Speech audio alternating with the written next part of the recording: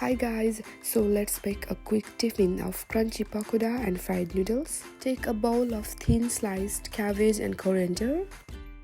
Then add some finely chopped onion in it.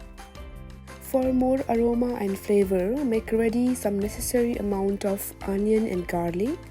Mix some of it with other stuff in the bowl and leave the remaining for fried noodles. You can also add some thyme seeds, we call it juano in Nepali. Add some freshly cut chili as per your preferences. Then after, put some salt as per your needs. You can also add some ajinomoto for the taste. Now it's time for some gram flour, which is also besan kopito. This ingredient is very important to stick all the stuff to each other. Add some corn flour as well in order to make your pakoda crunchy. Then put some water in it. You can use some food color as well to give it this flavorful color, and then mix it up properly. After that, give some shape of pakoda, and now it's ready to go inside the oil. Now for chow mein, get ready some cabbage, chili, carrot, onion and coriander. We are gonna use the same chopped garlic and onion. Get some tomatoes and chickpeas. Now let's start cooking. After your oil is ready, fry the onion properly.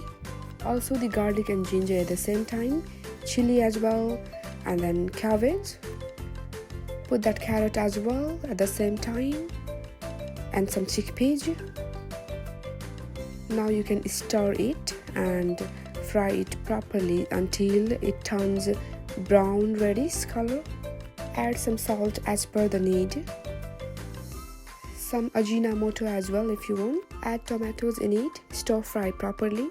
And you can also add that boiled noodles as well. After that, get a dark soy sauce and pour over it. Do not pour too much because it will get the bitter taste later on.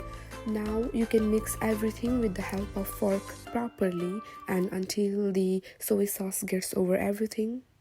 At the same time, you can deep fry pakoda like this in oil. Now it's ready to serve. Let's set a plate now. You can put some coriander on top of the fried noodles and also decorate that one with the cooked pakoda. After that, you can get some scrambled egg on it, and then now it's ready to serve. You can also try this simple tiffin recipe at home. For more content, please subscribe.